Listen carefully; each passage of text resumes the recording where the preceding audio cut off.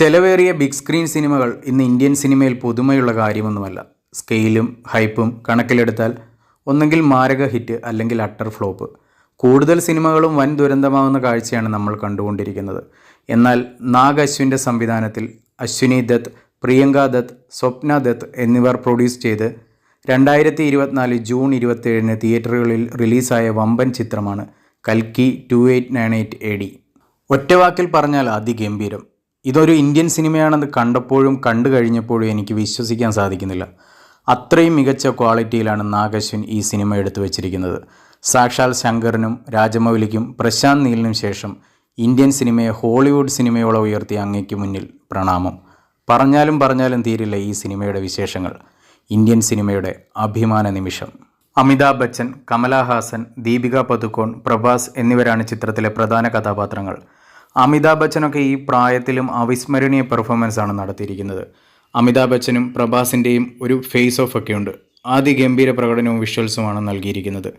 ദീപികയ്ക്കും പ്രഭാസിനും മികച്ച റോളുകളാണ്. കമലഹാസൻ്റെ പെർഫോമൻസിന് വേണ്ടി നാം ഇനിയും വെയിറ്റ് ചെയ്യണം. സിനിമയുടെ പ്ലോട്ടിലേക്ക് വന്നാൽ ദൈവത്തെ ഉപേക്ഷിച്ച ഗ്രഹത്തെ രക്ഷിച്ചേക്കാവുന്ന ഒരു ഗർഭിണിയായ സ്ത്രീയെ ചുറ്റിപ്പറ്റിയുള്ള കഥയാണ്.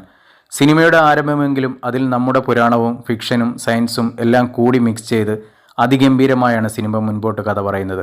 അതിനുശേഷം ഉണ്ടാവുന്ന സംഭവബഹുലമായ കാര്യങ്ങളാണ് കൽക്കി 2898 AD എന്ന സിനിമ പറയുന്നത്.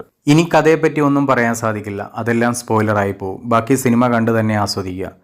ഫസ്റ്റ് ഹാഫ് കുറച്ച് സ്ലോയിലാണ് പോകുന്നത്. കഥയിലേക്കും കഥാപാത്രങ്ങളിലേക്കുമുള്ള യാത്രയാണ് ആദ്യ പകുതി. പ്രഭാസിൻ്റെ ഇൻട്രോ സീനൊക്കെ നോർമലായാണ് അനുഭവപ്പെട്ടത്. ഫാൻസിന് വേണ്ടി കുറച്ച് കാര്യങ്ങളൊക്കെയുണ്ട്. ഇതൊഴിച്ചാൽ മറ്റൊരു പോരായ്മയും എനിക്ക് സിനിമയിൽ തോന്നിയില്ല.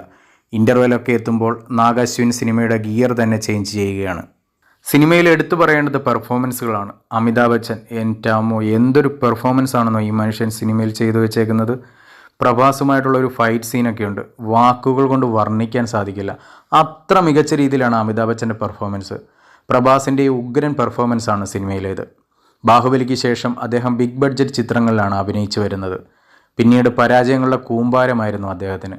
ആവറേജ് അനുഭവമായി തോന്നിയത് സലാറിൽ മാത്രമായിരുന്നു. എന്നാൽ ഈ സിനിമയിൽ തിരിച്ചു വന്നിരിക്കുകയാണ് അദ്ദേഹം. ഗംഭീര പെർഫോമൻസാണ് അദ്ദേഹത്തിൻ്റേത്. കമലഹാസന് പെർഫോം ചെയ്യാനുള്ള സ്പേസ് കുറവാണ് സിനിമയിൽ. അദ്ദേഹത്തിൻ്റെ പെർഫോമൻസും മികച്ചു നിൽക്കുന്നു. അടുത്ത ഭാഗത്തിൽ കമലഹാസൻ്റെ പൂണ്ട് വിളയാട്ടമായിരിക്കുമെന്നതിൽ ഒരു സംശയമില്ല. വളരെ മനോഹരമായൊരു റോളാണ് ദീപിക ഇതിൽ ചെയ്തേക്കുന്നത്. 100% ക്യാരക്ടറിനോട് നീതി പുലർത്തുന്ന രീതിയിലാണ് പെർഫോം ചെയ്തിരിക്കുന്നത്. ഇവരെ കൂടാതെ പശുപതി, ഗൗരവ് ചോപ്ര, മൃണാൽ താക്കൂർ, ശോഭന, അന്നാബെൻ എന്നിവരും മറ്റ് കഥാപാത്രങ്ങളിൽ എത്തുന്നുണ്ട്. പല ഗസ്റ്റ് അപ്പിയറൻസും സിനിമയിലുണ്ട്. അതൊക്കെ സിനിമ കണ്ട് തന്നെ എൻജോയ് ചെയ്യുക. ഇതിലെടുത്തു പറയേണ്ടത് അന്നാബെന്നിൻ്റെ പെർഫോമൻസാണ്. ഹോളിവുഡ് സിനിമ ലെവൽ ലുക്കും പെർഫോമൻസുമാണ് അന്നയ്ക്ക് ഈ സിനിമയിൽ. അന്ന സിനിമയിൽ പറക്കുന്ന ഒരു സീനൊക്കെ ഉണ്ട്. അതിഗംഭീര വിഷ്വൽ ട്രീറ്റാണ് ആ സീനൊക്കെ. സിനിമയിൽ എനിക്ക് പേഴ്സണലി ഏറ്റവും ഇഷ്ടപ്പെട്ടത് അമിതാഭ് ബച്ചൻ്റെയും അന്നാബെന്നിൻ്റെയും പെർഫോമൻസുകളാണ്. ഈ സിനിമയിൽ ഏറ്റവും എടുത്തു പറയേണ്ടത് ടെക്നിക്കൽ സൈഡാണ്. അത്രയും മികച്ച ടെക്നിക്കൽ ഡിപ്പാർട്ട്മെൻറ്റാണ് സിനിമയിലുള്ളത്. സിനിമയുടെ സിനിമാറ്റോഗ്രാഫർ ജോർജെ സ്റ്റോജിക്കോവിച്ച് ആണ്. അദ്ദേഹം ഒരു സെർബിയക്കാരനാണ്. അതിഗംഭീര വിഷ്വൽസാണ് സിനിമ സമ്മാനിക്കുന്നത്. ശരിക്കും ഈ സിനിമ ഒരു വിഷ്വൽ ട്രീറ്റാണ്.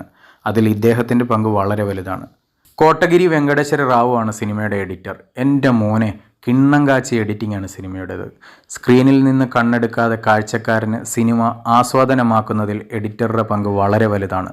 സന്തോഷ് നാരായണനാണ് സിനിമയുടെ സംഗീതവും പശ്ചാത്തല സംഗീതവും ചെയ്തിരിക്കുന്നത്. സന്തോഷ് നാരായണൻ്റെ ബാക്ക്ഗ്രൗണ്ട് സ്കോർ ഒക്കെ മികച്ചതാണെങ്കിലും കുറച്ചുകൂടി നല്ലതാക്കാമായിരുന്നു എന്ന് തോന്നി.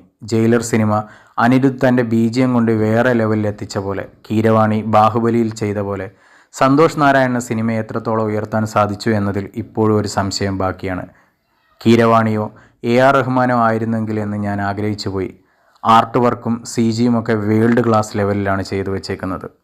കഥയും കഥാപാത്രങ്ങളും സംവിധാനവും പ്രകടനങ്ങളും ഒക്കെ കൊണ്ട് കൽക്കി 2898 AD എന്ന സിനിമ ഏത് ഹോളിവുഡ് സിനിമയോടും കിടപിടിക്കുന്ന രീതിയിലാണ് നാഗ് അശ്വിൻ ഒരുക്കി വെച്ചേക്കുന്നത്. ആവറേജ് ഫസ്റ്റ് ഹാഫും അതിഗംഭീര സെക്കൻഡ് ഹാഫുമാണ് എന്നിലെ പ്രേക്ഷകന് ഈ സിനിമ സമ്മാനിച്ചത്. ഭൂതവും ഭാവിയും പറയുന്ന സിനിമ പുരാണത്തിൻ്റെയും സയൻസിൻ്റെയും ബലത്തിൽ ഒരുക്കിയെടുത്ത ഒരു ഇന്ത്യൻ അതിഗംഭീര വിഷ്വലി ടെക്നിക്കലി ക്രിയേറ്റ് ചെയ്ത ഒരു മാസ്റ്റർ പീസാണ്. സിനിമ കാണാൻ പോകുന്ന പ്രേക്ഷകനോട് മഹാഭാരതം കുറച്ചെങ്കിലുമൊക്കെ ഒന്ന് മനസ്സിലാക്കിയതിന് ശേഷം സിനിമ കാണാൻ പോയാൽ അത് നിങ്ങൾക്ക് കുറച്ചുകൂടി ഒരു മെച്ചപ്പെട്ട അനുഭവമായിരിക്കും സിനിമ സമ്മാനിക്കുന്നത്. മാർവൽ സിനിമകളോടും DC സിനിമകളോടും നമുക്കിനി അഭിമാനത്തിൽ പറയാം, നമുക്കുമുണ്ടൊരു കൽക്കി 2898 AD. പുതിയൊരു സിനിമയുടെ വിശേഷങ്ങളുമായി അടുത്ത ദിവസം വരുന്നതുവരെ ഗുഡ് ബൈ.